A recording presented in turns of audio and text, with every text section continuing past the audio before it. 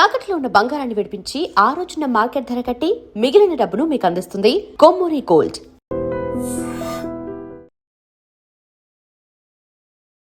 ఈరోజు నాతో చాలా స్పెషల్ గెస్ట్ ఉన్నారు. ఆయన ఎవరో కాదు, యష్ రంగినేని. అంటే ఇలా చెప్తే మీకు కొంతమందికి తెలియవచ్చు, తెలియకపోవచ్చు. కానీ ఆయన పెళ్లి చూపులు అనే గొప్ప సినిమాని తీసిన నిర్మాత. అలాగే ఆయన నటుడు కూడా ఛాంపియన్ మూవీలో వీరయ్య క్యారెక్టర్ అద్భుతంగా చేశారు. సో వీటన్నిటికీ మించి ఆయన మన రౌడీ విజయ్ దేవరకొండ మేనమామ. విజయ్ దేవరకొండ రష్మిక పెళ్లిలో ఎక్కడ పెట్టినా ఆయనే కనిపించారు. పెద్ద పెద్ద గెస్టులు అందరినీ ఆయనే ఇన్వైట్ చేశారు. సో ఈరోజు యష్ గారు మన స్టూడియోలో ఉన్నారు. ఆయనతో మాట్లాడి విజయ్ రష్మిక పెళ్ళి ఎలా జరిగింది, పెళ్లి పనుల్లో ఆయన పాత్ర ఏంటి, అలాగే ఆయన కెరీర్ ఎలా సాగుతుంది, ఇలాంటి అన్ని విషయాలు తెలుసుకుందాం. హాయ్ సార్, నమస్తే. నమస్తే రాజు గారు. బాగున్నారు సార్? బాగున్నాం సార్. ఫస్ట్ ఆఫ్ ఆల్ మీరు ఏమనుకోనంటే అడగకూడదు, బట్ అడుగుతున్నాను, మీ ఏజ్ ఎంత? నా ఏజ్ 57. ఎంత యంగ్గా, ఎంత స్టైలిష్గా కనిపిస్తున్నారంటే మేబీ మీ మేనల్లుడికి మేనమామ పోలికి వచ్చినట్టుంది. ఏమో మరి తెలీదు. కానీ అంటే I like to keep my self healthy, అంతే. కొంచెం లిమిటెడ్గా తిని ఎక్సర్సైజ్ అటు ఇటు యాక్టివిటీ చేస్తాం కాబట్టి ఏదో నడుస్తుంది. But I'm happy. చాలా థ్యాంక్స్ ఫర్ మీ కాంప్లిమెంట్స్కి. సార్ గత కొన్ని రోజులు చూసుకుంటే మొత్తం మీడియానే కాదు, 2 తెలుగు రాష్ట్రాలు, ఇంకా గట్టిగా చెప్పాలంటే మొత్తం ఇండియా అంతా విజయ్ రష్మిక పెళ్లి గురించే నడుస్తుంది. సో ఆ పెళ్లిలో ఎక్కడ పెట్టినా, ఏ పని పెట్టినా, పెద్ద పెద్ద సెలబ్రిటీలను ఇన్వైట్ చేసిన ప్రతి ఈవెంట్లో కనిపిస్తుంది మీరే. మేనల్లుడి పెళ్లిని దగ్గరుండి మొత్తం చూసుకున్నారు. సో ఎలా అనిపిస్తుంది? ఫస్ట్ ఆఫ్ ఆల్ చాలా సంతోషంగా ఉంది. అంటే విజయ్ ఒక టైంలో పెళ్ళి అంటే ఇవాళ రేపు కిడ్స్ కదా, పెళ్ళి అంటే అంత ఇష్టం అని కాదు, కానీ హీ వాజంట్ రెడీ. పెళ్ళి అవసరం మా కెరీర్లో ఈ ఫీల్డ్లో ఉన్నప్పుడు అనుకున్న అతను రష్మిక పరిచయం అయిన తర్వాత ఆ పర్సెప్షన్ చేంజ్ అయ్యి ఆమె ద్వారా అంటే వాళ్ళిద్దరి కాంబినేషన్, వాళ్ళ కెమిస్ట్రీ చూస్తుంటే అది they are made for each other లాగా ఉంటారు. ఎంత బ్యూటిఫుల్గా, ఎంత అందంగా. అది చూసి మాకు చాలా ఆనందంగా అనిపించింది. ఓవరాల్గా పెళ్ళి అంత గ్రాండ్గా కూడా చేయడము, అది credit goes to only Vijay and Rashmika and మా సిస్టర్ కూడా. మా సిస్టర్ కూడా ఎక్కడ తక్కువ కాకుండా చాలా ముద్దుగా, ప్రేమగా అన్నీ చేయించింది ఆ పెళ్ళి. అందుకు మా కాంట్రిబ్యూషన్, నేనేమో ఇక్కడ ఉండను, మొత్తం పెళ్లి పనుల్లో నేను కనపడ్డా కానీ నేను చేసింది తక్కువే. మొత్తం ప్లానింగ్ అంతా వాళ్ళదే. So we're very happy the way it went. ఏ ఈవెంట్లో కూడా ఎలాంటి డిస్ట్రప్షన్స్ కానీ ఎలాంటి అడ్డంకులు లేకుండా చాలా స్మూత్గా జరిగింది. మేము ఉదయపూర్లో కూడా అక్కడ 4 days ఉన్నప్పుడు ఎవ్రీడే ఒక ఈవెంట్ ఉంది. ఆ ఎవ్రీడే ఈవెంట్లో కూడా ఎక్కడ కూడా ఇబ్బందులు లేకుండా వచ్చిన గెస్ట్లందరికీ కూడా చాలా, అంటే పెళ్ళికి మనం వెళ్తే పెళ్ళి చూసేసి అక్షంతలు జల్లి వస్తాము, కానీ ఇంతమందిని 200 మందిని ఒక వేరే డెస్టినేషన్ తీసుకెళ్ళి వాళ్ళని లుక్ ఆఫ్టర్ చేయడం అన్నది it's a big challenge. And అక్కడ తీసుకెళ్ళేదో హోటల్లో పెట్టడం కాదు, అంటే ఒక్కొక్క ఈవెంట్, ఒక్కొక్క డే వాళ్ళు ఒక ఫన్ ఫ్యాక్టర్ క్రియేట్ చేసిండు. అంటే వచ్చిన గెస్ట్లందరికీ కూడా ఒక మెమరబుల్ ఈవెంట్ లాగా ఉండాలన్నది వాళ్ళ ఆలోచన. And they achieve that. Everyday మేము క్రికెట్ ఆడినాము, అక్కడ పూల్ ఆడినాము, అది ఆడినాము, స్విమ్మింగ్ చేసినాము. ఎవ్రీడే ఏదో ఒక ఈవెంట్ ఉండే, ప్రతి వచ్చిన గెస్ట్లందరూ కూడా పార్టిసిపేట్ చేసి they enjoyed. It was like a holiday, not just their marriage, but it was like a holiday for వచ్చిన గెస్ట్లందరికీ కూడా. సో అట్లాంటి ప్లానింగ్ అన్నది అది నాకు అనిపిస్తుంది ఒక విజయ్కే వస్తాయేమో అట్లాంటి ఆలోచనలు అనిపిస్తాయి. ఏది చేస్తా కానీ డిఫరెంట్గా, వెరైటీగా చేయాలనుకుంటుంటాడు. And credit goes to both the couple. Sir అంటే పెళ్ళి చాలా గ్రాండ్గా జరిగింది, పెళ్ళికి చాలా ఖర్చు పెట్టారు. ఇవన్నీ మాట్లాడే ముందు నాకు చాలా బాగా అనిపించింది ఏంటంటే, పెళ్ళైన తర్వాత సొంతూరుకి వెళ్ళారు. అక్కడ వెళ్ళిన తర్వాత వాళ్ళ గ్రాండ్ పేరెంట్స్ సంబంధించిన సమాధుల దగ్గర అంత పెద్ద స్టార్ హీరో ఇన్ని కోట్లు పెట్టి పెళ్లి చేసుకున్నారు, ఇంత పెద్ద ఫ్యాన్ ఫాలోయింగ్, అన్నిటిని కాస్త పక్కన పెట్టి వాళ్ళ గ్రాండ్ పేరెంట్స్ దగ్గరికి వెళ్ళి చాలా కామన్ మ్యాన్ లాగా, అంటే మాలా కామన్ మ్యాన్ లాగా వెళ్ళి వాళ్ళకి దండం పెట్టుకుంటూ అంత డౌన్ టు ఎర్త్ ఉండడం, సో చాలా ఆనందంగా అనిపించింది సార్. అది నిజంగానే పోస్ట్ కూడా చాలా వైరల్ అయినట్టుంది. చాలామంది అప్రిషియేట్ చేస్తున్నారు. అంటే పీపుల్ విజయ్ అదర్ సైడ్ తెలియదు చాలామందికి. ఎంతసేపు మీరు ఎయిర్పోర్ట్లో చూసినా ఎక్కడ చూసినా ఈజ్ ఆల్వేస్ స్టైలిష్, ఏదో ఫ్లాంబోయంట్గా బిహేవియర్ ఉంటుంది అనుకుంటాడు, కానీ ఆయన డౌన్ టు ఎర్త్ పర్సన్ అన్నది దాని ద్వారా తెలిసింది. అయితే ఆ గ్రాండ్ పేరెంట్స్ అది మా ఊరు, అంటే విజయ్ వాళ్ళ అమ్మమ్మ వారు. పెళ్ళైన తర్వాత వాళ్ళ ఊరిలో తుమ్మన్పేటలో వ్రతం చేసిన తర్వాత మా ఊరికి వచ్చిండు అన్నట్టు. అమ్మమ్మ లేరు. అమ్మమ్మకి విజయ్ అంటే ప్రాణం, విజయ్కి అమ్మమ్మ అంటే చాలా ప్రాణం. వాళ్ళిద్దరు కలిసి ఉన్నప్పుడు ఎప్పుడు వారు అంటే విజయ్ వాళ్ళ డాడే సక్సెస్ కాలేదు కదా, నువ్వెందుకు సినిమాలో అన్నట్టుగా షీ యూస్ టు వరీ అన్నట్టు. ఓకే. కానీ విజయ్ ఇంత సక్సెస్ చూడలేకపోయిండు, వారు చనిపోయిండు 2012లోనే. దాని తర్వాతనే విజయ్ స్టార్టెడ్ గ్రోయింగ్ కదా ఇండస్ట్రీలో. ఆ కనెక్షన్ చాలా ఉంది వాడికి ఇమోషనల్గా. అందుకే అమ్మమ్మని తప్పకుండా మనం దండం పెట్టుకోవాలి మామయ్య అంటే మేము ఊరికి తీసుకొని వచ్చినాం. మా ఊరిలో మా పొలాల్లో అక్కడ అది మనం సమాధులు అనం కానీ మనం బృందావనమో ఏదో అంటాం మేము. అక్కడ తీసుకొచ్చి అక్కడ దండం పెట్టి మా ఊర్లో కొద్దిసేపు స్పెండ్, ఎవరికి తెలియకుండా వచ్చినాం కాబట్టి ఎక్కడ క్రౌడ్ లేరు, ఏం లేదు. And he was very emotional. చాలా పాత రోజులు గుర్తు తెచ్చుకున్నాడు ఆ రోజు. అంటే మా అమ్మ చనిపోయినప్పుడు విజయ్ వచ్చింది. That was the last time మా ఊరికి రావడం కూడా. మళ్ళీ ఇప్పుడు పెళ్ళైన తర్వాత ఇప్పుడు వచ్చిండు. ఆ రోజు ఇంకా గుర్తుంది మామయ్య అంటే ఇక్కడ ఏమేం చేసినాము, అమ్మమ్మ చనిపోయింది అండ్ నేను కూడా అమ్మమ్మ మోసుకొని వెళ్ళడము అదంతా. ఇంకా హీ వాజ్ జస్ట్ ఇంకా టీనేజరే ఆ టైంకి. టీనేజర్ కాకుండా మేబీ 20s ఎర్లీ 20sలోనే ఉన్నాడు. సో అంత ఎంగేజ్లో ఆ కనెక్షన్స్, పాత రోజులు, అందరం కలిసి ఒకే దగ్గర పడుకోవడము. ఊర్లలో ఎట్లుంటుంది మనకు మంచాలు గించాలు అందరికీ ఉండవు కదా, పెద్ద వరండా ఉంటుంది, దాని మీద ఒకటి మనం పెద్ద బెడ్షీటో జంఖానా అంటాం మేమైతే తెలంగాణలో, దాని మీద వేసి అందరం పిల్లలమందరం దాని మీదే వండుకునేది. సో అట్లా ఆ పాత రోజులు మా వాడి కజిన్స్ తోటి, మా అన్నయ్య పిల్లలు కానీ మా పిల్లలు దాన్ని చిన్నప్పుడు ఎట్లా స్పెండ్ చేసిందని గుర్తు తెచ్చుకొని he felt very emotional, very connected. మళ్ళీ పోయే ముందు కూడా అన్నాడు, మామయ్య మళ్ళీ మీరు ఎప్పుడు వస్తారు, I really wanted to come back to మన ఊరికి. ఈ ఊరికి వచ్చి ఒక 2 రోజులు ఎవరు తెలియకుండా హాయిగా జస్ట్ మనమే గడపాలని ఉంది. ఐ మిస్సింగ్ ఈ ఎన్వైరన్మెంట్ సో మచ్. వర్క్లో బడి ఇట్లాంటివి దొరకలేదు, బట్ థ్యాంక్ యూ అని he was very happy. Super sir.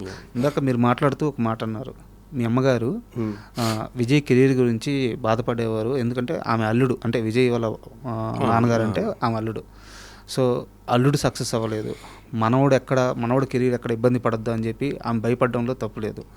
But Vijay career success అవ్వడానికి ప్రధానమైన కారణం మేనమామగా మీ అడుగు అని చెప్పుకోవచ్చు కదా. అది నేను కొంచెం కరెక్షన్ చేయాలి. పెళ్లి చూపులు సినిమా నేను చేసిందే. విజయ్ సక్సెస్లో నాది పెళ్లి చూపుల వరకే భాగ్యం. కానీ అంతకుముందుకే విజయ్ సక్సెస్ వచ్చింది. ఎవడే సుబ్రహ్మణ్యంలో మంచి క్యారెక్టర్ వచ్చింది, పెద్ద పేరు వచ్చింది. అక్కడి నుంచే ఆయన పేరు సంపాదించుకోవడం మొదలుపెట్టిండు. కానీ పెళ్లి చూపుల కంటే ముందు విజయ్ పడ్డ కష్టం చాలామందికి తెలియదు. అందరు అనుకుంటారు పెళ్లి చూపులు మేనమామ తీసినందుకు సడన్గా పైకి వచ్చినాను, కానీ దాంతకంటే ముందు 10 years వాడు థియేటర్ చేసిండు. ఈ వినయమ్మ గారి దగ్గర యాక్టింగ్ నేర్చుకొని రవీంద్ర భారతిలో ఇంగ్లీష్ ప్లేస్, అక్కడ యూకే బేస్డ్ ఒక ఇంగ్లీష్ ప్లే కంపెనీ వాళ్ళతో కొలాబరేట్ అయ్యి ఇక్కడ అలెగ్జాండర్ అట్లాంటి కొన్ని ప్లేస్ చేసిండు. అవన్నీ చాలా హార్డ్ వర్క్ చేసింది. So it was a gradual ప్రోగ్రెషనే వాడిది సక్సెస్లో.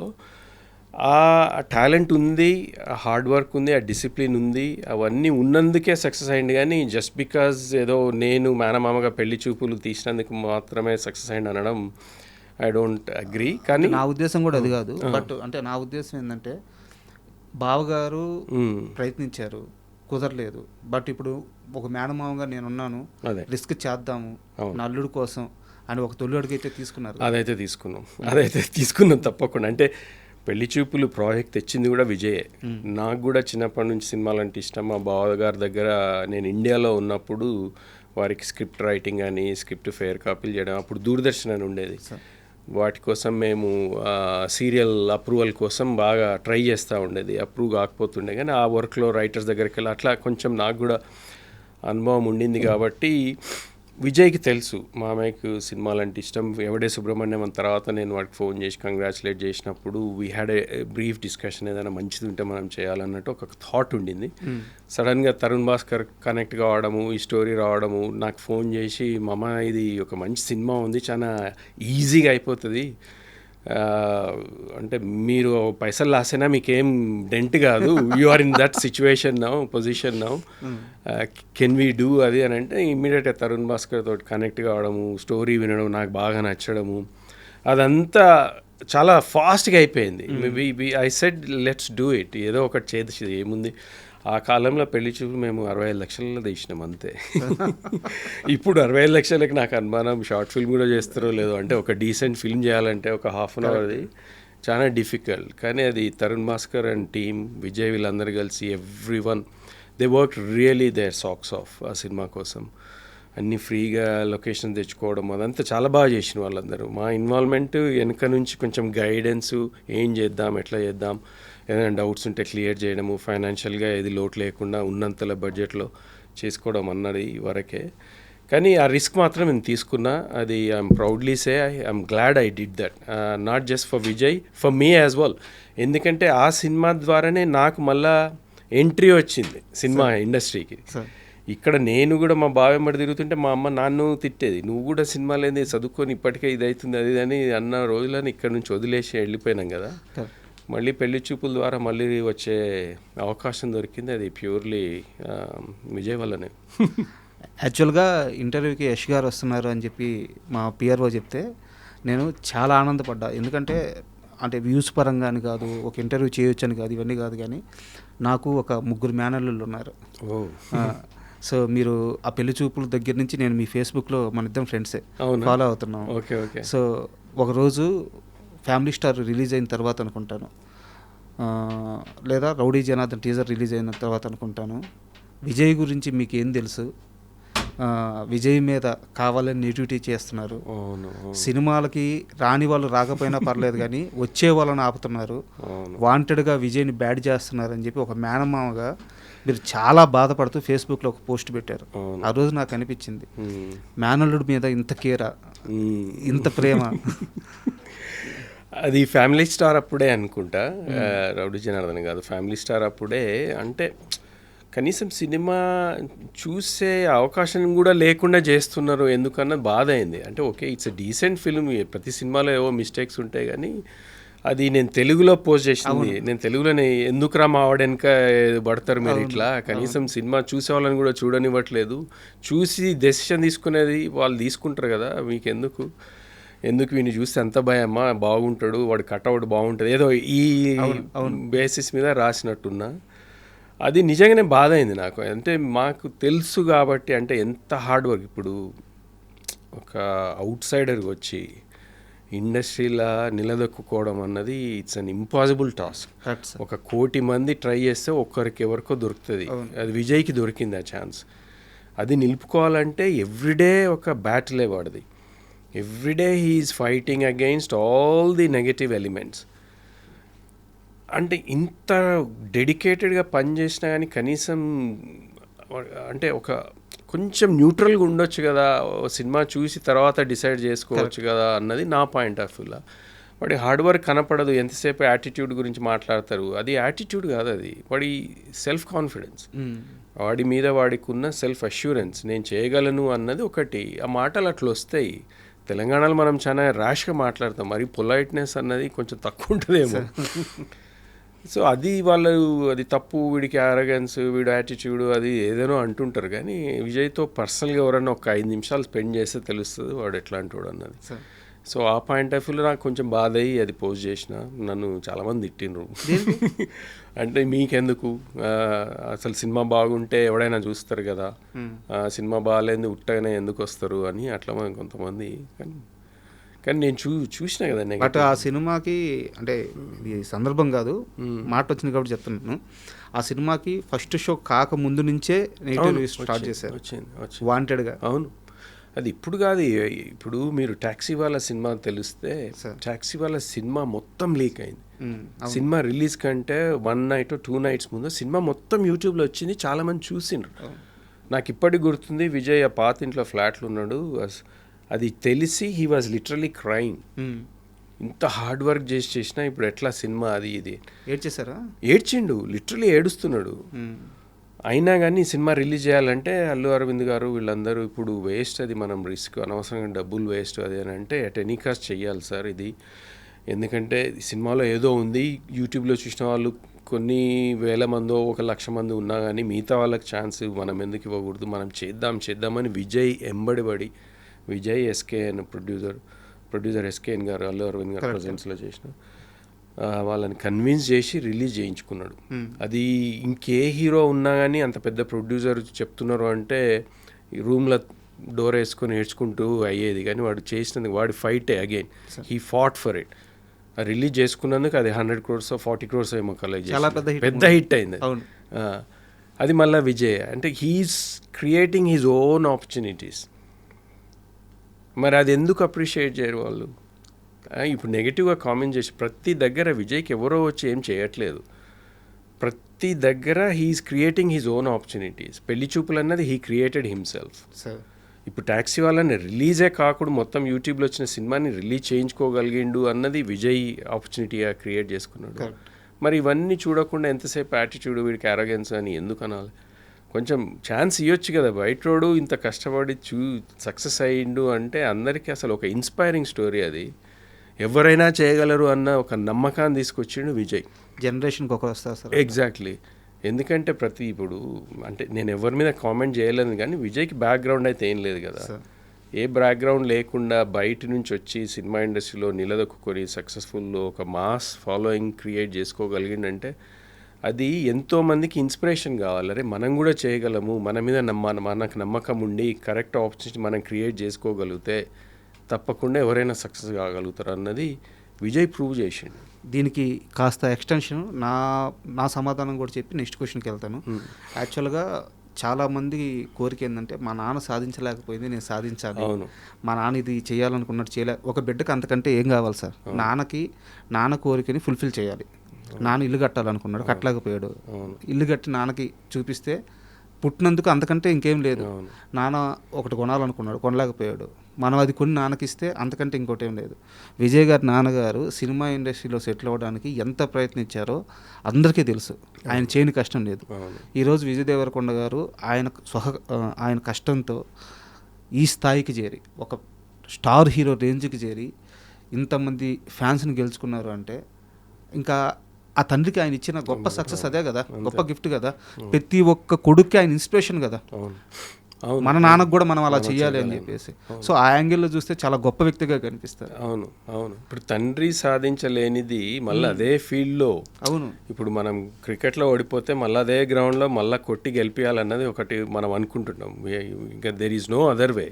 ఏదైనా మ్యాచ్ లూజ్ అయితే మళ్ళీ గ్రౌండ్కి వెళ్ళి మళ్ళీ అదే టీంతో ఆడి మళ్ళీ గెలిస్తేనే మీకు ఇది ఉంటుంది. Vijay did the same thing. Correct. ఇంకేదో ప్రొఫెషన్ చేసి పారిపోయలేదు. నాన్న మీరు ఇదే ప్రొఫెషన్లో సక్సెస్ కాలేకపోయినారు కదా, నాకు కూడా ఇంట్రెస్ట్ ఉంది, లెట్ మీ ట్రై అన్నది ఫస్ట్ నుంచి. వాళ్ళు కూడా కేర్ఫుల్గానే ఉన్నారు, ఎందుకు అన్నట్టే అన్నారు ఇనిషియల్గా. కానీ మంచి వాడికి టాలెంట్ ఉంది, చూడ్డానికి చాలా బాగుంటాడు, ఎట్లాంటి ఉన్నప్పుడు ఒక ఆపర్చునిటీ ఎందుకు ఉండొద్దు అని ఒక టైం లైన్ పెట్టిండు వాళ్ళ నాన్న కూడా. నువ్వు ఒక 4 years టైం తీసుకో, 4 years ట్రై చేయి. ఆ 4 years లోపల నువ్వు కనుక బ్రేక్ చేయలేకపోతే you have to go and move something else. ఎందుకంటే నీ లైఫ్ కూడా ఇట్లా కష్టాలు ఉండడం నాకు ఇష్టం లేదన్నది వాడు ఆ 4 yearsలో చేయగలిగిండు. అది చేయగలిగిండు, అది చేసి చూపించిండు. మరి అది వాళ్ళ తండ్రికి వారు ఏదేది చేయలేకపోయినో అవన్నీ చేసి చూపించి ఒక గిఫ్ట్గా ఇస్తున్నాడు అన్నది ఆయనను చూసి, విజయ్ని చూసి ఎంత గర్వం కదా అది. అండ్ మళ్ళీ పెళ్లి విషయానికి వస్తే సార్, ఇది మీరు కరెక్ట్గా చెప్పాలి. చాలా మందికి ఈ డౌట్ ఉంది. కాంట్రవర్షియల్ కాదు, చాలా మందికి డౌట్, అసలు వీళ్ళిద్దరి మధ్య ప్రేమ మొదలైంది ఎక్కడ? గీతా గోవిందమా, డీర్ కామ్రేడా? ఈ ప్రేమ మొదలైంది ఎక్కడ అన్నది ఎట్లా చెప్పాలి? నాకు వాళ్ళు అయితే అది షేర్ చేయలేదు. కానీ నాకు అనుమానం డియర్ కామ్రేడ్ తర్వాతనే. డియర్ కామ్రేడ్ నుంచే స్టార్ట్ అయింది. డియర్ కామ్రేడ్ నేనే చేసిన కదా, మైత్రి వాళ్ళతో కలిసే చేసిన మా సినిమా. డియర్ కామ్రేడ్ నుంచే మొదలైందని నా అనుమానం.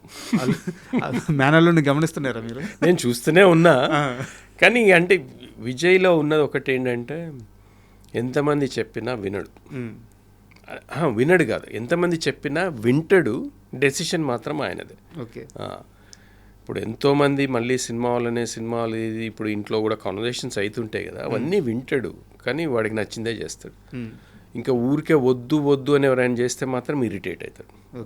ఆ బౌండరీ అయితే క్రియేట్ చేసుకున్నాడు. ఎంత పెద్దోళ్ళు, తండ్రి అయినా తల్లి అయినా మానవమైనా ఇంకే పెద్ద చుట్టమైనా కానీ వీ ఆల్వేస్ హ్యావ్ వాడి ఆ బౌండరీ దాటి మేము కూడా వెళ్ళలేం. ఓకే. అంటే మాకు ఆ అధికారం కూడా లేకుండా అన్నంత అట్లుంటుంది ఆయన బిహేవియర్. అంటే దిస్ ఈజ్ ది ఎండ్, మీరందరూ చెప్పిండ్రు కదా, ఓకే లీవ్ మీ అలోన్, నా డెసిషన్ నేను తీసుకున్నా, నా లైఫ్ కదా, మంచో చెడో, if I regret if I get success అయితే నాకే కదా క్రెడిట్, మీ అందరికి బాధలేదు కదా అన్నది వాడి ఫిలాసఫీ ఫస్ట్ నుంచి కూడా అంతే. He doesn't listen. అండ్ చాలా క్లోజ్ సర్కిల్లో కొంతమందికి మాత్రమే తెలుసు, వాళ్ళ ద్వారా తెలుసుకున్నాను. విజయ్ తల్లిగారు మాధవి బంగారం అంటారు ఆయన, అంటే బంగారం అంత మంచివారు అంటారు, చాలా సెన్సిటివ్ పర్సన్ అంట, చాలా సెన్సిటివ్. వారికి ఈ విషయం ఫస్ట్ ఎవరు చెప్పారు, ఎలా తెలిసింది, ఎలా కన్విన్స్ చేశారు? అది విజయ్ చెప్పిండు ఫస్ట్ నుంచి. అంటే ఇంకా వాళ్ళిద్దరు క్లోజ్గా ఉన్నారు, ఇంటికి అప్పుడప్పుడు వచ్చిపోవడం జరుగుతుంది, అది అంటే ఆ కెమిస్ట్రీ అర్థమవుతుంది కదా ఎవరికైనా అని కొంతవరకు.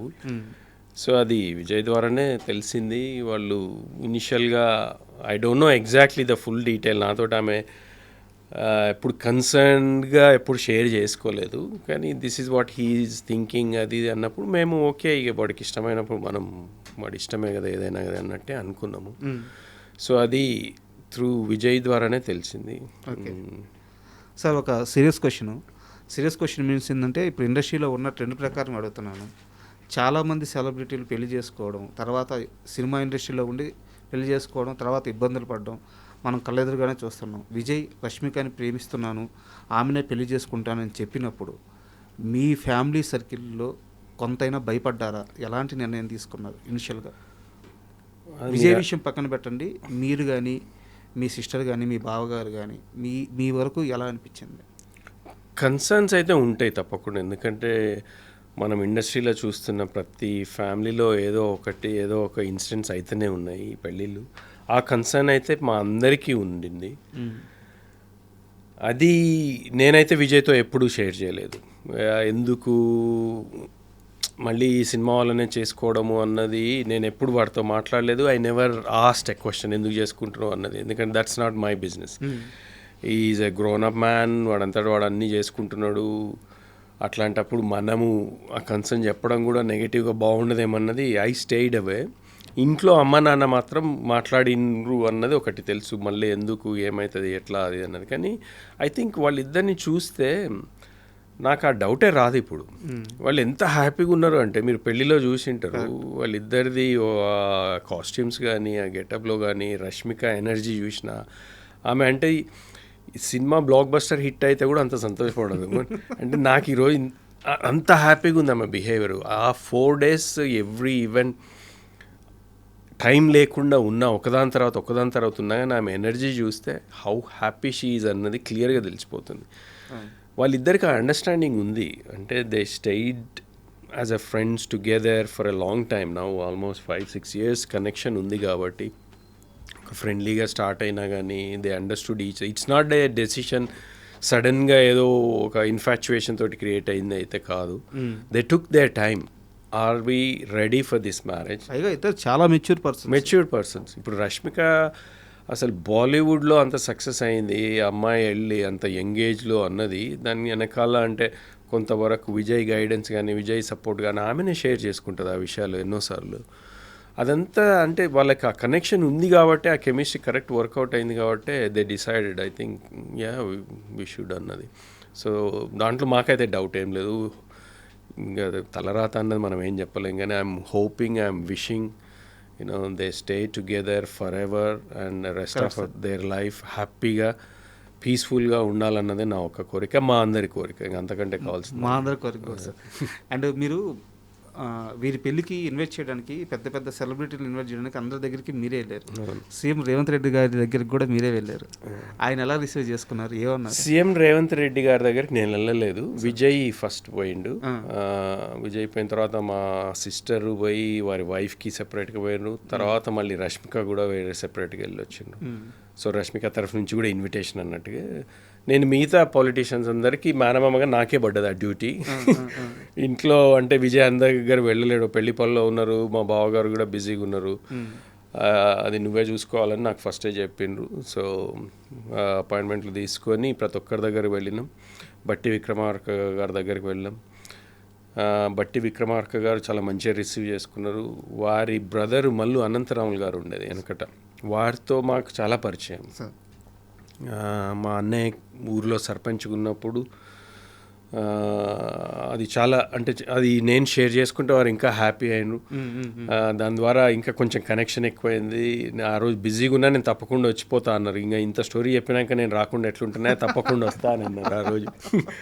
సో అది I felt very happy. Bandi Sanjay గారి దగ్గర కూడా చాలా స్పెండ్ చేసినాం. వారు అంటే ఇంకా నేను సినిమా వాడిని అని తెలిసి వారు అటు ఏదో ఒక స్టోరీ గురించి అంటే బెంగాల్లో జరుగుతున్న ఒక ఇన్సిడెంట్ని మీరు ఒక రైటర్ని పెట్టుకొని రాయండి, మీకు అంత సపోర్ట్ ఇస్తా, చాలా పవర్ఫుల్గా ఉంటుందని ఒకటి హీ రిక్వెస్టెడ్. ఐఎమ్ ఎక్స్ప్లోరింగ్ అది ఒకసారి నేను మళ్ళీ కలుద్దామని అన్నారు. So I'm gonna meet him and find out ఎవరు అన్నది. బెంగాల్లో ఎవరో ఉన్నారంట, మా దగ్గరికి వెళ్ళి కనెక్షన్ అని. సో వీళ్ళందరి దగ్గరికి, తర్వాత పొంగులేటి గారి దగ్గరికి వెళ్ళినాం, మహేష్ గారి దగ్గరికి వెళ్ళినాం, కోమటిరెడ్డి వెంకటరెడ్డి గారి దగ్గరికి వెళ్ళినాం. వీళ్ళందరూ మంచిగా రిసీవ్ చేసుకున్నారు and they all came for the wedding. So I was very happy నాకు ఆపర్చునిటీ దొరికినందుకు. తర్వాత రేవంత్ రెడ్డి గారు పెళ్ళైన తర్వాత, ఆయన పెళ్ళైన తర్వాత వచ్చినప్పుడు ఫోటోలు అది రిసెప్షన్కి వచ్చేది ఉండింది వారు, కానీ అప్పుడు ఢిల్లీలో సడన్గా ఏదో ప్రోగ్రామ్ ఉండి వెళ్ళిపోయినారు. మళ్ళీ నెక్స్ట్ డే కాల్ చేసి లేదు నేను ఇంటికి వస్తా అది అని అన్నారు. సో ఆ రోజు ఈవినింగ్ ఇంటికి వస్తే మేమందరం కలిసాం. చాలా మంచిగా ఒక 1 hour స్పెండ్ చేసిండు ఇంట్లో. తెలంగాణ ముచ్చట్లన్నీ ముచ్చట పెట్టుకుంటే ఇంకా ఆయన మాట్లాడే విధానం బాగుంటుంది కదా, జోకులు చేసుకుంటా. We spend good time. And కాసేపు ఈ పెళ్లి విషయం పక్కన పెడితే మీ కెరీర్ విషయానికి వస్తే, కేవలం మీ కెరీర్ అనే కాదు సార్, మొత్తం మీరు కానీ మీ బావగారిది కానీ విజయ్ దేవరకొండ గారిది కానీ మొత్తం మీ అందరినీ చూస్తే సినిమా వెనక మీరు పరిగెడుతున్నారు, బట్ సినిమా కూడా మీ వెనకే పరిగెడుతుంది. అవునా? మీరు యాక్టర్ అవ్వాలని చెప్పి అనుకున్నారు, బట్ ఇంట్లో కుదరక యూకే వెళ్ళిపోయారు. అవును. బట్ సినిమా మిమ్మల్ని వదలలేదు, మళ్ళీ లాగేసుకుంది. అంతే కదా? నిజమే మీరు అంటున్నారు. నేను ఎప్పుడు అట్లా ఆ పాయింట్ ఆఫ్ వ్యూ ఆలోచించలే, కానీ ఇప్పుడు మీరు చెప్తుంటే అనుకుంటున్నాను నిజమే అయ్యిండొచ్చు. ఎప్పుడు యూకే వెళ్ళారు, ఎప్పుడు జాబు, ఎన్నేళ్ళ తర్వాత మళ్ళీ నిర్మాతగా వచ్చారు. నిర్మాతగా వచ్చిన తర్వాత మొన్నటికి మొన్న ఛాంపియన్లో అసలు మీ రోలు వీరయ్య రోలు ఎంత అద్భుతంగా వచ్చింది. సో నాకు తెలిసి నెక్స్ట్ క్యారెక్టర్స్ కంటిన్యూ అవుతూ ఉంటున్నాయి, చాలా బిజీ కాబోతున్నారు. I hope so. నాకంటే ఛాంపియన్ ఎక్స్పీరియన్స్ చాలా ఇంక్రెడిబుల్. అంటే నా మీద నాకు నమ్మకాన్ని కలిగించింది ఒక ఆర్టిస్ట్గా. ఎందుకంటే I'm not a trained actor. నేను ఎక్కడ డ్రామా స్కూలు ఎక్కడ వెళ్ళలేదు. కాదంటే ఇక్కడ ఒకరి దగ్గర కొన్ని రోజులు డైలాగ్ డెలివరీ ఎట్లా అన్నది ఒక ఆన్లైన్ క్లాస్ కొన్ని రోజులు చేసిన, దాని ద్వారా కొంతవరకు ఉపయోగపడ్డది. కానీ యాక్టింగ్ అయితే నా అంతటా నేను ఆ యూట్యూబ్లు చూసి ఒక 2 పుస్తకాలు చదివి ఒక యాక్టర్ ఎట్లా ప్రిపేర్ అవుతాడు, ఒక క్యారెక్టర్ ఏంటి అన్నది అట్లా కొన్ని నేర్చుకొని ఛాంపియన్ చేయాల్సి వచ్చింది. ఛాంపియన్ ఆపర్చునిటీ కూడా అంటే ప్రదీప్కి ఎందుకో ఈ క్యారెక్టర్ కొత్త వాళ్ళతో చేయిస్తే బాగుంటుంది, వీరైతే బాగుంటారు అని అనిపించింది. నన్ను అడగడం, నేను ఇమ్మీడియట్గా ఓకే అనడం. కానీ చాలా కష్టపడ్డా. అమ్మ శ్రీనే దానికి విట్నెస్. అంటే ఎగ్జాక్ట్లీ ఇదే మంత్లో స్టార్ట్ అయింది last year. Through out the summer మండు టెండలో ఊర్లో క్యారెక్టర్ కదా, నాకు ఇంకా బట్టలు కూడా ఉండవు, మొత్తం చెప్పులు లేకుండా ఒక దళిత వర్గానికి చెందిన క్యారెక్టర్ అది. దాన్ని అంటే ఒక సైలెంట్ బ్యాటిల్ ఆయనది ఆ ఊర్లో. ఆ రజాకర్ల గురించి ఆలోచిస్తూ ఆయనకేం వాయిస్ ఉండదు. వాయిస్ అంటే మాట్లాడలేడు, ఎందుకంటే అది అప్పుడు వెనకబడిన తరగతులు అని అంటాం కదా, అట్లా పాయింట్ ఆఫ్ వ్యూ ఆయన క్యారెక్టరే అట్లాంటిది. ఒక ఇన్నర్ స్ట్రగుల్, ఉట్టి ఇమోషన్ తోటి మాటలు లేకుండా చూపించాలన్నది ప్రదీప్ ఐడియా. బట్ ప్రదీప్ గారి థాట్ ప్రాసెస్ నన్ను కూడా షాక్ గురి చేసింది. ఎందుకంటే ఇందాక చెప్పాను కదా, ఫేస్బుక్లో మిమ్మల్ని ఫాలో అవుతుంటారని చెప్పేసి. ఫేస్బుక్లో కానీ బయట ప్రెస్ మీట్స్లో కానీ వాటిలో చూస్తే మీరు చాలా స్టైలిష్గా కోట్స్ వేసుకొని ఫారెన్ లుక్లు అట్టుంటారు. మీలో వీరైన ఎలా చూడగలిగాడో నాకు అర్థం కాలేదు. ఏమో మరి చాలా బాగా పట్టుకున్నాడు. ఎవ్వరు కూడా ఇప్పుడు మా ఫ్రెండ్సే యూఎస్లో సినిమా చూసిన కొంతమంది, వాళ్ళు చూసిన తర్వాత ఫస్ట్ నేను ఇంట్రడ్యూస్ అయిన కొన్ని సీన్స్ తర్వాత కానీ వాళ్ళకు స్ట్రక్ కాలేదంటే నేనే అని. అప్పటి వరకు వాళ్ళు అనుకోలేదంట. ఆ ట్రాన్స్ఫర్మేషన్ బాగా చేసిన వాళ్ళు. అంటే నన్ను మొత్తం ట్యాన్ చేసి, ఆ గెటప్ కూడా ఇట్లా మీసాలు పెంచుకొని ఇవంతా కూడా నల్లగా మురికి బట్టి, ఆ బట్టలు కూడా అట్లనే ఉండి, నేను బాడీ పెంచాల్సి వచ్చింది దానికోసం కొంతవరకు. అంటే అది ఒక వీరుడు కదా, ఒక వారియర్ టైపు. సో ఆ transformation I worked very very hard. అది ప్రదీప్ క్రెడిటే దాన్ని. అంటే ఆయన డిజైన్ చేసుకున్నట్టు దాన్ని నన్ను ఆ క్యారెక్టర్లోకి మోల్డ్ చేయడం అన్నది అది నిజంగానే. అంటే నన్ను ఇట్లా చూస్తే ఆ క్యారెక్టర్ వీడియోడు ఎట్లా చేసిండో అనుకుంటారు. నిజమే అది. సార్, మనం ఈ ఇంటర్వ్యూ చేస్తుండగా ఒక గుడ్ న్యూస్ వచ్చింది, చెప్పమంటారా? చెప్పండి.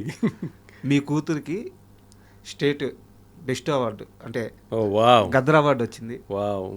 ఎవరు మీ కూతురు? రష్మిక గారు. Wow, congratulations. Thank you so much.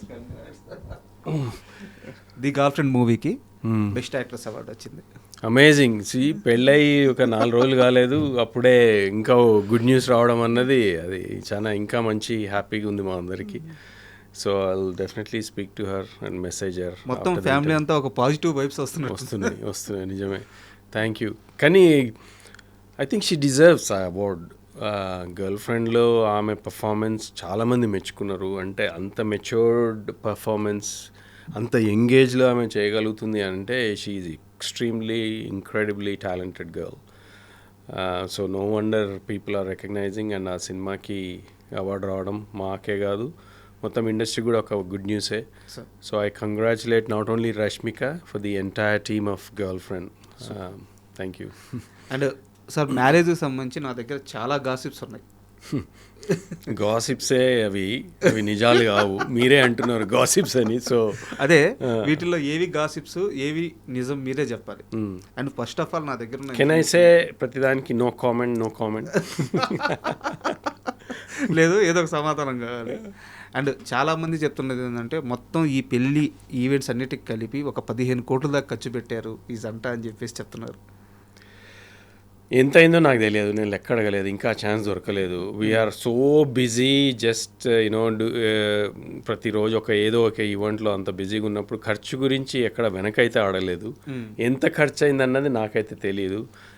ఈ నెక్స్ట్ 2-3 డేస్లో మా సిస్టర్ దగ్గర పోయి అడిగితే ఒకసారి లెక్క చూసుకుంటే నాకు ఐడియా వస్తుందేమో. కానీ మీకే తెలుస్తుంది. అంటే ఒక గ్రాండ్ వెడ్డింగ్ అయితే అయ్యింది, ఖర్చుకు వెనకాడకుండా ఖర్చు పెట్టిండ్రు. అది ఎంత అయిందన్న నాకు ఐడియా లేదు. అండ్ ఖర్చు అనే ప్రస్తావన వచ్చింది కాబట్టి నాకు వేరే విషయం గుర్తొచ్చింది సార్. పెళ్ళైన తర్వాత సత్యనారాయణ వ్రతం కోసం వాళ్ళ ఊరు వెళ్ళారు కదా. ఊరు వెళ్ళిన తర్వాత అక్కడ స్కూల్లో పిల్లలకి ఇకపైన ఎవరైతే స్కూల్ టాప్ వస్తారో వాళ్ళందరికీ వాళ్ళ చదువులకు అయ్యే ప్రతి ఖర్చును నేను భరిస్తానని చెప్పి విజయ్ గారు ప్రామిస్ చేశారట. ఆ డిసిషన్ అప్పటికప్పుడు తీసుకున్నారా ఊరు వెళ్ళినాక? లేదు, ముందే ఐడియా ఉంది విజయ్కి. అంటే ఇట్లా చారిటీ వర్క్ చేయడం చాలా ఇష్టం ఫస్ట్ నుంచి కూడా. మీరు గమనించండి, మామూలు ఎర్లీ స్టేజ్ ఉన్నప్పటి నుంచి కూడా వాడు బర్త్డేకి ఐస్ క్రీమ్ బండి దగ్గర నుంచి చూస్తే కోవిడ్లో ఎవ్వడికి రాని idea he started Deverakonda Foundation ఆ రోజు. అంటే ఇండస్ట్రీ నుంచి ఇంకా యాక్టివ్గా ముందుకు రానప్పుడే అందరికంటే ముందు వచ్చేసి ఒకటి చేద్దాము, మనము ఫుడ్ ప్యాకెట్ సప్లై చేద్దాము, మెడిసిన్ సప్లై చేద్దామని ఆయన రౌడీ టీంని అందరినీ గ్యాదర్ చేసి వాళ్ళందరికీ చేయగలిగిండు. సో ఆయన ఒక ఫిలాంథ్రపీ పాయింట్ ఆఫ్ వ్యూలో ఆయనకు ఐడియాస్ ఫస్ట్ నుంచి ఉన్నాయి. సో వాళ్ళ ఊరికి వాళ్ళ నాన్న అమ్మ ఏదైతే కనెక్షన్ ఉందో, మేము ఊర్లో పెరిగినాం. నేను 5th వరకు ఊర్లోనే చదివినా, మా చెల్లెలు ఊర్లోనే చదువుకుంది. సో వాళ్ళ నాన్న ఫస్ట్ నుంచి ఊరి వాతావరణం మా అందరికి బాగా ఇష్టమే. సో ఆ ఇష్టాన్ని ఊరి నుంచి డిస్కనెక్ట్ కావద్దు అన్నది ఫస్ట్ నుంచి వాడికి ఉన్న ఐడియానే. అందుకే ఊర్లో అంత ఖర్చు పెట్టి ఇల్లు కూడా కట్టించుకున్నారు. సో ఊరి వాళ్ళకి ఎట్లా చేద్దామన్నది అచ్చంపేట్ డివిజన్లో ఉన్న ఒక 30-40 స్కూల్స్కి టాప్ ర్యాంక్స్ వచ్చిన 2 ఎవరికో కంటిన్యూస్గా మేము సపోర్ట్ చేస్తామన్నది అది ముందు ప్లాన్ చేసుకున్నాడు. స్పాంటేనియస్గా అని అయితే నేను అనుకోను, సార్ అది నాతోటైతే డిస్కస్ చేయలేదు, కానీ అది హీ హ్యాడ్ అన్ ఐడియా, ఒక ఐడియా అయితే ఉండింది, చెయ్యాలి ఏదో ఒకటి ఊరికి, మన ఊరికి ఇక్కడ ఉన్న పేద పిల్లలకు కానీ ఏదో ఒకటి మంచి ఎడ్యుకేషన్ సిస్టంలో బాగా ఇంట్రెస్ట్ ఉన్న వాళ్ళని పైకి తీసుకొస్తే బాగుంటుంది అన్నది వాడు ఐడియా. అంటే యాక్చువల్గా ఈ విషయాన్ని మీడియాలో చాలామంది క్లియర్గా రాయలేదు. స్కూల్ టాప్ వచ్చిన ఒకరిద్దరు పిల్లలు అంటే మీరు చెప్పినట్టు 40 స్కూల్లో అవును, ఎవ్రీ ఇయర్ ఆ నెంబర్ పెరుగుతూ పోతుంది, 100 మంది పిల్లలు అవుతారు కదా సార్. అది ఇంకా నాకు డీటెయిల్ తెలియదు ఎగ్జాక్ట్లీ ఎట్లా అన్నది. మరి అది ఒకసారి డైరెక్ట్ విజయ్ని అడిగితేనే బెటర్ ఏమో. Is the one who is sponsoring. చాలా గొప్ప ఆలోచన, ఎందుకంటే అంటారు కదా అన్ని దానాల్లో కల్లా విద్యాదానం గొప్పదని చెప్పేసి. అది ఆ డీటెయిల్ తెలియదు, నిజమే. అది విద్యాదానం అంటే నాకు తెలియదు ఆ సపోర్ట్ సిస్టమ్ అని ఎట్లా ప్లాన్ చేసుకున్నారు అన్నది, వాళ్ళు ఎంత బడ్జెట్ క్రియేట్ చేసుకున్నారు అన్నది. కానీ అవన్నీ పక్కన పెడితే మీరు ఎంత సపోర్ట్ చేసినా కానీ ఒక టాపర్కి ఫైనాన్షియల్గా వెనకబడి ఉన్న వాళ్ళకి ఎంత హెల్ప్ చేసినా హెల్పే కదా, మంచే కదా. మరి ఇక దాంట్లో ఇక కాంట్రవర్సీ ఎందుకు, ఇంతమందికి ఎట్లా చేస్తాడు, ఎన్ని రోజులు చేస్తాడు, అది ఇంకా అక్యుములేట్ అయ్యి కొన్ని 100 మంది అయ్యి వీళ్ళందరికీ సస్టైన్ చేయగలుగుతాడా అన్నది అది ఇంకా నెగటివ్ థింకింగే అవుతుంది. మనం ఆలోచించాల్సింది వాట్ హీ మేడ్. ఒక స్టేట్మెంట్ ఇచ్చింది, నేను తప్పకుండా ఈ అచ్చంపేట డివిజన్లో కొన్ని స్కూల్స్ని టాపర్స్కి నేను హెల్ప్ చేస్తా ఫైనాన్షియల్గా అన్నాడు. అది ఎంత హెల్ప్ ఏంటి అన్నది అది it is still a help. అది నా పాయింట్ ఆఫ్ వ్యూలో that is still a very great decision. దాన్ని మనము ఇంకా వేరే విధంగా దాన్ని ఖూనీ చేసి డైసెక్ట్ చేసి ఎందుకు ఏంటి అని చేస్తే అది అనవసరం కావాలని కాంట్రవర్సీ క్రియేట్ చేసినట్టే నా point of view. So let's leave it there. కానీ హెల్ప్ అయితే చేస్తాను. కరెక్ట్, ఏదైనా మంచి కార్యక్రమం మంచి కార్యక్రమం అంతే. అండ్ ఇంకో గాసిప్ కూడా ఉంది, రష్మికకి చాలా పెద్ద గిఫ్ట్ ఇచ్చాడు పెళ్ళి అయిన తర్వాత విజయ్ దేవరకొండ. తెలియదు, నాకు తెలియదు, మీకేంది మీకు తెలుసు నాకు చెప్పండి. 90 కోట్ల రూపాయల విల్లా ఇచ్చాడు. వాడు చేసిన సినిమాలు ఎన్ని? లేదు సార్, ఇది 90 కోట్లు చాలా మెయిన్ స్ట్రీమ్ వెబ్సైట్లు అన్ని రాసినాయి, మీరు కూడా చూసుంటారు నాకు తెలిసి. నేను చూసినా కానీ అవన్నీ మీరే అన్నారు కదా గాసిప్ అని. 90 కోట్లు ఎక్కడి నుంచి వస్తాయి చెప్పండి? నేను అందుకే గాసిప్. వాడికి సినిమా చేస్తే ఇస్తాన్న పైసలే సరిగ్గా వస్తలేవు, దానికి కూడా కొట్లాడి తెచ్చుకోవాల్సి వస్తుంది ఒక్కొక్కసారి. ఎందుకంటే సినిమాలు కూడా బ్లాక్ బస్టర్ అయితే లేవు కదా. సినిమాలు చేసే వాళ్ళం మీకు ఐడియానే ఉంది, సినిమాలు ముందు పైసలు వచ్చినాయి, సినిమా రిలీజ్ అయినాక ఇస్తామన్నా ఎప్పటికీ రావాలి. సో నేను అనేది ఏంటంటే వాడు చేసినవి 10-15 సినిమాలు, 10-15 సినిమాల 90 కోట్ల క్యాష్ ప్రజెంట్ ఏదో గిఫ్ట్ అన్నది వీళ్ళ that is highly impossible current సిచ్యువేషన్లో. వాడికి ఐడియా ఉండొచ్చు, ఏదైనా పేపర్ మీద రాసిచ్చిండేమో, మరి తెలియదు ఇస్తా అని. అంటే ఇది జస్ట్ నవ్వుకోవడానికి అడగలేదు సార్, ఇలాంటి విషయాల్లో కొంత క్లారిటీ రావాలి. ఎందుకంటే స్టార్స్ లైఫ్ అంటే ఏదో ఒక ఆకాశంలో మబ్బుల్లో అలా ఉంటుంది, అంత ఆనందంగా ఉంటుంది అని చెప్పి పిచ్చి పిచ్చిగా అనుకుంటూ ఉంటారు. వెనకాల ఉండే పెయిన్, మీరు అన్నట్టు ఒక సినిమా చేస్తే ఫుల్గా రెమ్యునరేషన్ రావడమే కష్టం. ఇది విజయ్ దేవరకొండ అంటే స్టార్ హీరో కూడా. That is the truth. అంటే నేను ఎవరిని క్రిటిసైజ్ చేయట్లేదు, అంటే మనం అడగడానికి కూడా వీల్లేదు. ఎందుకంటే సినిమా హిట్ అయితే పైసలు వచ్చినప్పుడే కదా ఎవరికైనా రివార్డింగ్ ఉండేది. సినిమా హిట్ కానప్పుడు ఇస్తాన పైసలు మాత్రం ప్రొడ్యూసర్ కానీ ఇంకెవరైనా కానీ ఇస్తాను, అది ఎట్లా తీసుకొచ్చి ఇవ్వగలరు? మ్యాక్సిమం వాళ్ళు ఇచ్చేవంతా ఇచ్చేస్తారు, కానీ వాళ్ళ తర్వాత కాన్వర్జేషన్స్లో ఏదైతే ఇస్తానారో అది ఇవ్వలేకపోతారు. ఎందుకంటే ఇప్పుడు లైగర్ లాంటి అంత పెద్ద సినిమా హిట్ కాకపోతే అంత ఖర్చు పెట్టినప్పుడు ఎట్లా ఇవ్వగలుగుతారు అన్నది నా పాయింట్. సో మీరు అన్నది సినిమా వల్ల లైఫ్ అంతా మీరే అన్నారు, అది ఒక మబ్బుల్లో that's exactly what it's not the reality అన్నది కరెంట్లీ వాళ్ళకంటే తిండికి లేకుండా అయితే ఉండరు, ఆఫ్ కోర్స్. వాళ్ళకు ఒక లైఫ్ స్టైల్ వచ్చింది, దే ఆర్ హ్యాపీ. అంతేగాని సడన్గా ఎన్నో 100 కోట్లు వచ్చేస్తాయి అది అన్నది ఈ స్టేజ్లో విజయ్కి అది ఇంకా అచీవ్ చేయలేదు. And I hope he will do that. కానీ ఎంత అచీవ్మెంట్ చేసినా అది నేను అనేది ఒక సినిమా అనేది ఒక మాయ, మన అద్దాల మేడలో ఉన్నట్టే ఉంటుంది. చిన్నప్పుడే ఏదో తెలుగు సినిమాలనే చూసిన నేను, అద్దాల మేడల్లో ఉండే ఈ సినిమా వాళ్ళంటే మనం రాయేస్తే మొత్తం పగిలిపోతాయి. అట్లాంటిదే ఈ లైఫ్ కూడా. అందుకే విజయ్ చుట్టుపక్కల ఉండే ఎవరైనా మాయమైనా ఏదైనా వాడిని he's very careful and he's very grounded. వాడికి తెలుసు ఎప్పుడు ఏం చేయాలన్నది. కానీ ఈ సపోర్ట్ సిస్టమ్ అనేది హెల్ప్ చేస్తుంది. మనం ఎంతున్న సినిమా అనేది ఒక వర్క్ ఆయనకి. స్టార్ అది ఇది అన్నది మన ఆడియన్స్ కానీ వాడి ఫ్యాన్స్ కానీ ఫాలోవర్స్ కానీ దే క్రియేట్ ఆ వర్డ్స్ కానీ ఈ ఏ స్టారో ఆ స్టార్ ఈ స్టార్ అని అంటుంటాం కదా ఆ టైటిల్స్ అన్నీ అవన్నీ ఫ్యాన్ క్రియేట్ చేసిన అంతలే మేము అయిపోయినామో అని మనము ఏదో మీసం తిప్పుకొని ఇట్లా అని అనుకుంటే అది వర్కౌట్ కాదు. అది కానీ మీ ఇద్దరు రియాలిటీకి చాలా దగ్గరగా ఉన్నారు ఇద్దరు, మీరు కానీ విజయ్ కానీ మేనమామ మేనల్లు ఇద్దరు ఎందుకు ఓపెన్ గా మాట్లాడేస్తున్నారు. అంతే మరి దాన్ని దాచుకునేదే ఉందండి నిజంగా చెప్తున్నా. అంటే మాకైతే తెలియదు ఫేక్గా ఏదో ఇంటర్వ్యూ అని వచ్చేసి ఇంకో ఎక్స్ప్రెషన్ ఇచ్చి ఇంకో క్యారెక్టర్ లాగా ఎంటర్ అయ్యి what I'm is about I'm అంటే నేను ఇష్టంగిని అని నేను బయటైనా ఇట్లయినా మాట్లాడతాను, విజయ్ అయినా అట్లనే ఉంటాడు. మనం ఇంటర్వ్యూకి ముందు మాట్లాడుకున్నాం సార్, అంటే ఎందుకు విజయ్కి ఈ క్రేజ్ ఇంత క్రేజ్ అంటే ఇప్పుడు మరి కొన్ని సినిమాలు పోవచ్చు, కొన్ని సినిమాలు ఆడవచ్చు, బట్ సినిమా సక్సెస్తో ఫెయిల్యూర్తో సంబంధం లేకుండా ఇంత క్రేజ్ రావడానికి కారణం ఏంటంటే ఇదే, ఈ ఓపెన్గా ఉండడం. మీరు మీలాగా ఎలాగైతే ఉన్నారో విజయ్ లాగా ఉన్నాం, ఎక్కడ కూడా విజయ్ మాస్కేడు వాళ్ళని ఆనందపరచాలని చెప్పి లేని మాటలు చెప్పరు.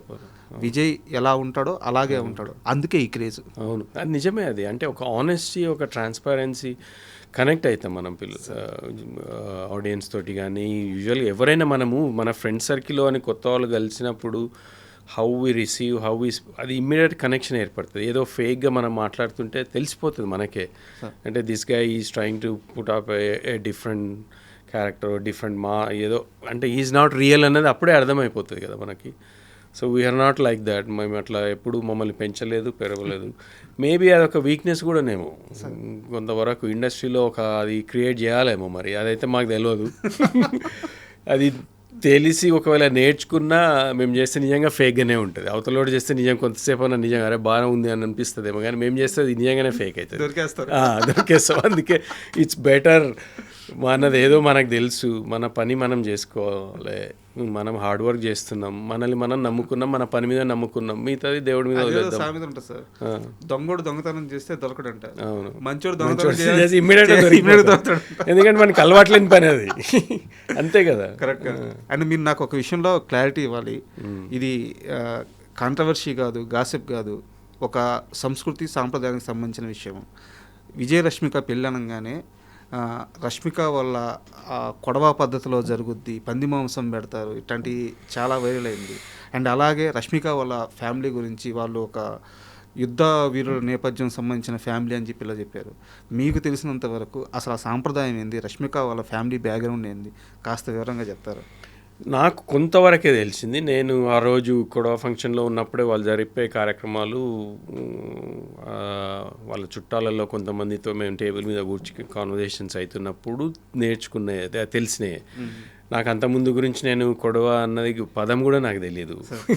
రష్మిక ఇంట్రడ్యూస్ అయ్యి పెళ్ళి ఓకే ఆ రోజు కొడవ ఫంక్షన్ ఉంటుంది అంటే ఏంటి పదం అనేది అప్పటి నుంచే అర్థమైంది, అంటే లాస్ట్ 1-2 months నుంచే.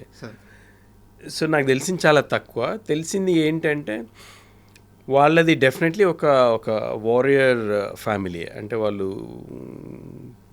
అంటే ఒక నాట్ ట్రైబ్స్ కానీ వాళ్ళది ఒక సెపరేట్ క్లాన్ అని తెలిసింది. కూర్గులో వాళ్ళందరికీ ఒక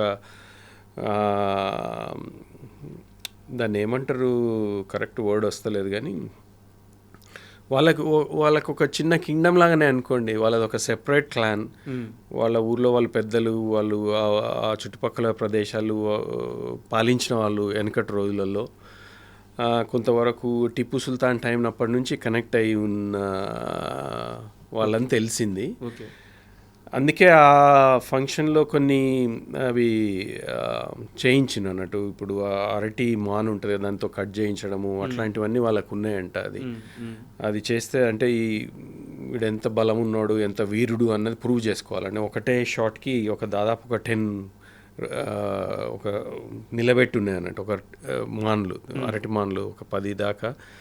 ఆ కత్తి తీసుకొని ఒక్కొక్కటి స్లైస్ చేసుకుంటూ ఒకటే దెబ్బ కొట్టేసేయాలన్నట్టు అవన్నీ చేసిండ్రు అక్కడ, అంటే ఒక ట్రెడిషనల్గా. అవన్నీ చూస్తే అనిపించింది వాళ్ళకంటే వాళ్ళకు ఒక ట్రెడిషన్ ఉంది, ఒక ఐడెంటిటీ ఉంది, and they are totally different to usual అన్న కన్నడ పీపుల్, అదైతే గ్యారంటీ. అంటే కూర్గ్లో డిఫరెంట్గా ఉన్నారు వాళ్ళు. ఇంకొక విషయం తెలిసిందంటే కూర్గ్ అన్నది ఒక స్మాల్ ప్లేస్ అయినా కానీ వాళ్ళ కాంట్రిబ్యూషన్ స్టేట్కి అంటే ట్యాక్స్ ఎంత పే చేస్తుండ్రో అది అంటే డిస్ప్రపోర్షనేట్గా ఉంది.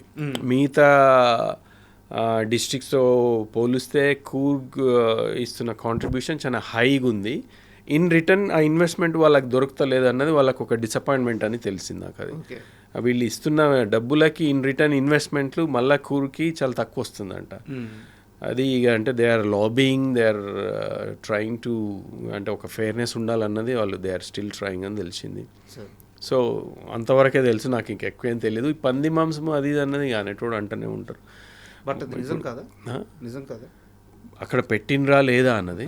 అక్కడ ఉండింది పంది మాంసం. అంటే అది సంస్కృతి అంతే. మనమే ఇప్పుడు అంతే. భక్త కన్నప్ప ఉన్నాడు, ఆయనకి ఏం చేయాలో తెలియదు. దేవుడిని పూజించాలంటే దొరికిన దాంట్లోనే పూజించిండు. అప్పుడు అంటే ఇది రెలవెంటో కాదని అనేది ఒక ట్రెడిషన్ ఉన్నప్పుడు వాడికి దొరికింది, మాంసమే పెట్టిండు కదా శివుడికి. అది తప్పు అని మనం ఇప్పుడు హిందువులు అంటారు, అదంటారు, ఇదంటారు, కానీ ఆయన పాయింట్ ఆఫ్ వ్యూలో నేను దేవుడినే ప్రేమిస్తున్నా అన్నది వాళ్ళ అది నేను అనేది. అది ఒక ట్రైబ్, అది ఆచారం అంతే. ఇప్పుడు తెలంగాణలో మేము ఇది కూడా చూసిన, నేను వ్రతం అయిన తర్వాత మాంసం పెట్టుడే. వ్రతం జరిగింది ఒక్కడి దగ్గర, మాంసం అక్కడెక్కడో ఊరోళ్ళ కోసం మేము ఫస్ట్ టైం ఊరికి డిన్నర్ చేస్తున్నాం. ఇప్పుడు ఊరోళ్ళకి పిలిచి వాళ్ళకి దావత్ కదా అది, మనము ఇస్తున్న పార్టీ. వాళ్ళకి ఉట్టి పప్పు భోజనం పెట్టి పంపిస్తే బాగుంటుందా? ఫస్ట్ ఆఫ్ ఆల్ తెలంగాణలో అసలు అది లేదు. తెలంగాణలో మీకు తెలిసిందే కదా. సో వ్రతం జరిగి పూజ అంతా అయిపోయిన తర్వాత ఎక్కడెక్కడ క్లోజ్ అయిన తర్వాత లంచ్ స్టార్ట్ అయింది. అది కూడా ఎక్కడో దూరంగా. అది మా ట్రెడిషన్. అది తెలంగాణలో మనకి అదే ట్రెడిషన్. అది కొంతమంది అన్నారు వ్రతం అయిపోయిన తర్వాత ఇలా నాన్ వెజ్ ఎలా పెడతారు, కానీ తెలంగాణ ఇప్పుడు కాదు, వెనకటి నుంచి.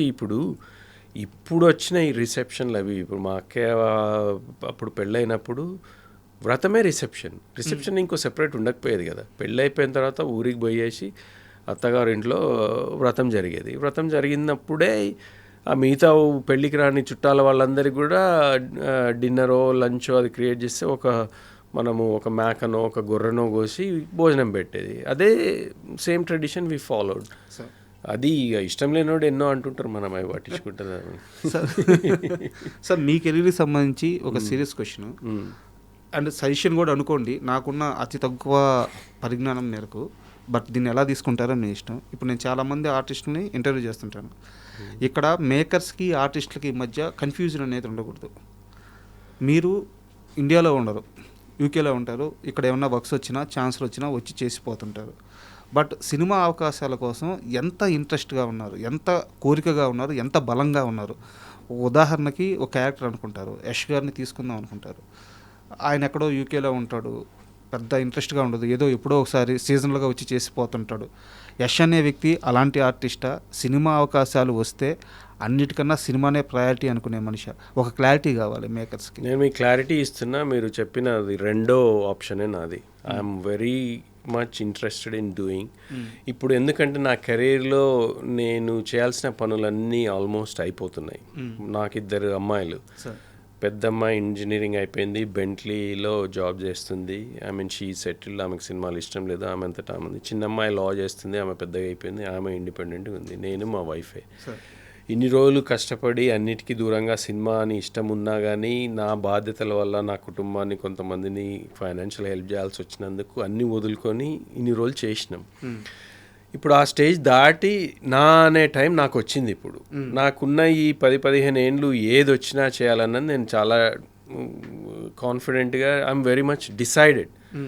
నాకు ఆపర్చునిటీ వస్తే నేను ఇప్పుడు ఎప్పుడు రమ్మన్నా కానీ వచ్చేస్తా. అట్లనే ఛాంపియన్ కూడా అంతే. నేను దాదాపు 3-4 టైమ్స్ ఛాంపియన్ కోసం వచ్చిన, 3-4 టైమ్స్ ట్రావెల్ చేసినాం. దాదాపు 4 months టైం ఇచ్చిన. చాలా లాంగ్ సీన్స్ ఉండే, నా కాంబినేషన్ సీన్లు ఊర్లో వాళ్ళతో కలిసి ఉండే కాబట్టి I was there almost in every scene. షూటింగ్లో అయితే, సినిమాలో ఎంత కనపడ్డది వేరే విషయం, కానీ ఐ వాజ్ దేర్. నేను ఆ కమిట్మెంట్ అయితే ఇచ్చినా కదా. అంత బిజీగా ఉండి, నా బిజినెస్ ఉంది, నా వర్క్ ఉంది, అన్నీ ఉన్నా కానీ when I was needed I said okay I'm coming. నాకు ఆల్ ఐ నీడెడ్ వాజ్ నాకు ఒక 2 weeks నోటీస్ ఇవ్వండి అని అప్పుడు చెప్పిన. కానీ ఇప్పుడు వచ్చే ఆపర్చునిటీని బట్టి అది ఏంటి అన్న దాన్ని బట్టి నేను I will put a side, I will work from home. ఇక్కడ నుంచి నేను చేసుకోవాలి. అప్పుడు కూడా నేను క్యారవాన్ నుండి నేను టీమ్స్ కాల్స్ చేసిన, నా టీమ్ తోటి అక్కడ మాట్లాడిన, ఐ వాజ్ టేకింగ్, అవన్నీ నేను చేసిన. కానీ అది ఎప్పుడు కూడా డిస్ట్రప్టివ్గా వర్క్ షూటింగ్లో ఎక్కడ ఎవరికి తెలియదు కూడా తెలియదు. So I'm very committed, I'm determine. If there is a good opportunity, I want to prove my self as an actor కూడా. యాక్టింగ్ అంటే నాకు చాలా ఇష్టం, నిజంగా చెప్తున్నా, చాలా ప్యాషనెట్గా చెప్తున్నా. మీకు తెలిసినా కానీ ఎవరైనా యాక్టింగ్ ఆపర్చునిటీస్ ఉన్నా కానీ just you know refer my name. I'm ready to do any role. As an artist, I just wanted to do some good characters. Just ఈ క్లారిటీ కోసమే అడిగాను సార్ నేను ఈ క్వశ్చన్. అండ్ ఇక్కడ ఇంకో క్వశ్చన్ కూడా మీరు తప్పుగా అనుకోవద్దు. విజయ్ దేవరకొండ మేనమామ అనేది మీకు పర్సనల్గా అవకాశాలు అడగడానికి ఇది మీకు మైనస్ అయ్యే అవకాశం ఉంది కదా? ఉంది. కొంతమంది అంత పెద్ద ఆయనకి ఇంత చిన్న రోల్ ఏమిద్దామని అనుకోవచ్చు. కొంతమంది దగ్గరికి వెళ్ళి మీరు ఈ రేంజ్లో ఉండి వెళ్ళి వీళ్ళని అవకాశం, మా ఓడికి ఏమన్నా బ్యాడ్ నేమ్ అవ్వద్దేమో అని చెప్పి ఇది ఒక సమస్య ఉంది. సో దీన్ని ఎలా దాటాలి? అది నిజంగా చాలా very interesting question and very good question మీరు అన్నది. నేను కూడా చాలా రోజుల నుంచి ఆలోచిస్తున్నా. అంటే నేను విజయ్ పాయింట్ ఆఫ్ వ్యూలో ఆలోచిస్తే నేను ఆయనకి ఒక బ్యారియర్ కావద్దు. అంటే రెప్యుటేషన్ పాయింట్ ఏంది, మీ మామ వచ్చి అక్కడ అడుగుతున్నాడు ఇక్కడ వచ్చినాడు అనేది చాలా బాగుండదు. అట్ ద సేమ్ టైం మీరు అన్నట్టు ఆపర్చునిటీ ఇవ్వాలంటే ప్రతి చిన్న రోల్ ఏదో కనపడే రోల్ ఆయన ఎందుకు అంత దూరం నుంచి పిలిచి ఈ రోల్కి ఎందుకు పిలుస్తామని కొన్ని ఆపర్చునిటీ అసలు రాకపోవచ్చు. అదన్నట్టే అది చూడాలి ఎట్లా ఇవాల్వ్ అవుతుంది అన్నది. బ్రేక్ చెయ్యాలి, అదైతే కరెక్టే. కానీ ఛాంపియన్లో అవకాశం ప్రదీప్కి నేనెవరో తెలీదు. పెళ్లి చూపులు యశ్ రంగనాథన్ పేరు వినింటాడు కానీ నేను ప్రదీప్ ఎప్పుడు కనెక్ట్ కాలేదు, ఎప్పుడు మేము ఫేస్ టు ఫేస్ మాట్లాడుకోలేదు. ఆయన సంహౌ ఎవరో ఫోటో చూపిస్తారు, ఇది బాగానే ఉంది కొన్ని ఫోటోలు పంపించండి ఒక ఊరోడ్లాగా అంటే, నేను లండన్ నుంచి ఆ గెటప్లో కొన్ని ఫోటోలు పంపిస్తే అది కూడా నచ్చి దాని తర్వాత ఒక స్క్రిప్ట్ ఒక 1 పేజ్ డైలాగ్స్ పంపించాను. ఓకే ఇది చేసి పంపించండి చూద్దాము అంటే అది చేసి పంపించిన, అది కూడా నచ్చింది వీడియో. అది నచ్చిన తర్వాతనే ఆయనకు తెలిసింది ఓకే యశ్ రంగనేని అంటే ఇంకా బాగుంది కదా అనుకొని అప్పుడు తీసుకున్నారు. సో అది ఒక నేను ట్రై చేయకుండా వచ్చిన ఆపర్చునిటీ అది. అట్లా ఎవరైనా చూసి నిజంగా నేను సూట్ అవుతా కొన్ని క్యారెక్టర్స్కి అంటే ఐఎమ్ రెడీ టు డూ. కానీ మీరు అన్నట్టు అది ఎంతవరకు మరి జనాలు అది ఎట్లా బ్రేక్ చేయాలో మరి అది I don't know. But I'm here to do good roles if there is an opportunity. Vijay మేనమామగా నేను అడుక్కొని చేయాలని అయితే లేదు. I don't want to be pain for Vijay, ఆయన రెప్యుటేషన్ పాడు చేయాలి. కానీ అట్ ద సేమ్ టైం నాకంటూ ఐఎమ్ అన్ ఇండివిజువల్, నాకు ఒక ఐడెంటిటీ ఉంది. నా కెరీర్ వేరు, విజయ్కి నాకు సంబంధం లేదు కెరీర్ పాయింట్ ఆఫ్ వ్యూ. వాడిది నాది అంతే. సో అట్లాంటప్పుడు people should see me as Yash Rangineni, not Vijay's మేనమామ. As long as they see that, I hope they will consider me for those roles. Yeah. Sir, last 2 questions. ఇప్పుడు ఎక్కడ ఉన్నారు మా జంట? వాళ్ళు నేను ప్లేస్ చెప్పాను కానీ దే హ్యాడ్ ఒక 4 days బ్రేక్ దొరికింది ఇమీడియట్గా. హనీమూన్ అని కాదు కానీ అదే వాళ్ళు హాలిడే పోయినరు. They wanted to go away from all this chaos. ఇన్ని రోజులు ఇంతమంది చుట్టుమధ్యలో అంత టెన్షన్ వాళ్ళ మీద ఉండే కదా. So they wanted to spend quiet time before మళ్ళీ వాళ్ళిద్దరు షూట్ స్టార్ట్ అవుతుంది నెక్స్ట్ వీక్ నుంచే. ఇద్దరు మళ్ళీ సెపరేట్ అయిపోతారు for at least 2-3 weeks. They are not seeing each other. So అందుకే ఈ 4 days గ్యాప్లో we wanted to have a quick ఒక పీస్ఫుల్ బ్రేక్ అని పోయినరు. So yeah there just. And మీ మేనల్లుడు కాకుండా మీకు ఇష్టమైన హీరో ఎవరితో యాక్ట్ చేయాలని ఉంది? నాకు సీనియర్ ఎన్టీఆర్ అంటే చాలా పిచ్చి. చాలా ఎస్వి రంగారావు గారు, ఎన్టీఆర్ గారు, they are the 2 people who really inspired me. First నుంచి కూడా ఎన్టీఆర్ గారి సినిమాలు ప్రతి ఒక్కటి చూసిన ఆ కాలంలో. ఆ పౌరాణికం ఇంకా ఇష్టం ఉంటుండే. చిన్నప్పుడు మేము ఎండాకాలం సెలవులో మా ఊరికి పోతే ఆ సినిమాల నుంచి కొన్ని సీన్ ఒక 5 నిమిషాలు స్కిట్ లాగా రాసుకొని నేను మా విజయ్ వాళ్ళ అమ్మ మేమిద్దరం చేసి మా కజిన్స్ అందరికి ప్లే చేసి చూపిస్తుండే. ఒక డైలాగ్ అనుకున్నా, నాకు రాదు ఇప్పుడు డైలాగ్ కానీ వద్దు. కానీ అట్లాంటి చిన్న అందుకే వారు ఈజ్ ఇన్స్పైరింగ్. దాని తర్వాత నేను టీనేజర్గా గ్రో అవుతున్నప్పుడు నాకు బాగా ఇష్టపడ్డ చిరంజీవి గారిని. అంటే ఆ డాన్స్ కానీ ఆ సినిమాలో ఆ కాలంలో వచ్చిన ప్రతి సినిమా ఎంత క్రేజ్ ఉంటుండే అంటే అది అన్బిలీవబుల్. ఇప్పటికీ ఎవరంటే చాలా ఇష్టం.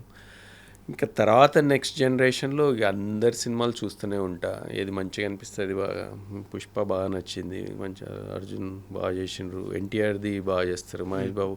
ఇంకా అంటే నాకు ఐఎమ్ నాట్ ఓ క్రేజీ ఫ్యాన్, నాకు ఈయననే అన్నట్టు లేదు తర్వాత జనరేషన్, కానీ చూస్తుంటా అందరి సినిమాలు. And thank you very much sir. ఎందుకంటే అందరిలో చాలామందికి కొన్ని డౌట్లు ఉన్నాయి. ఈ ఆనందాన్ని తెలుసుకోవాలని ఇంకా చాలామందికి ఇంట్రెస్ట్ ఉంది. సో చాలా గొప్ప విషయాలు, చాలా మంచి విషయాలు, మాకు తెలియని విషయాలు విజయ్ గురించి, రష్మిక గారి గురించి చెప్పారు. అలాగే మీ కెరీర్కి సంబంధించిన విషయాలు చాలా మాట్లాడుకున్నాం. అన్నిటికంటే ముఖ్యంగా మీరు కెరీర్లో సినిమా కోసం ఎంత కష్టపడి ఈ స్థాయికి వచ్చారో తెలుసు. అంటే సినిమా కోసం సినిమాతో ట్రావెల్ అవ్వడం వేరు, సినిమా కోసం సినిమాని పక్కన పెట్టి సక్సెస్ అయ్యి మళ్ళీ సినిమా కోసం రావడం వేరు. ఇది ఇంకా పెద్ద కష్టం. సో ఇది నాకు తెలిసి ఇది మీ సెకండ్ ఇన్నింగ్స్ అనుకుంటాను. ఈ సెకండ్ ఇన్నింగ్స్లో మీరు సూపర్ సక్సెస్ అవ్వాలి మనస్ఫూర్తిగా కోరుకుంటున్నాను. Thank you very much. Thank you so much. And Rajat, this is a wonderful conversation. నేను కూడా ఎంజాయ్ చేసిన. కొన్ని మీరు అన్నట్టు నా కెరీర్లో ఒక యాక్టర్గా అట్లాంటి ఆపర్చునిటీ వస్తే ఇంక అంతకంటే మించిన లేదు. మీరు అన్నట్టు ఇది సెకండ్ ఇన్నింగ్సో థర్డ్ ఇన్నింగ్సో నాకు తెలియదు, కానీ ఒక ఇన్నింగ్స్ అయితే స్టార్ట్ అయింది. So I wanted to sustain and score lot more runs ఈ సెకండ్ ఇన్నింగ్స్లో. అట్లాంటి ఆపర్చునిటీస్ కోసం I'm ready for anyone who is willing to consider me for any of the roles. So thank you so much. Really appreciate. Thank you.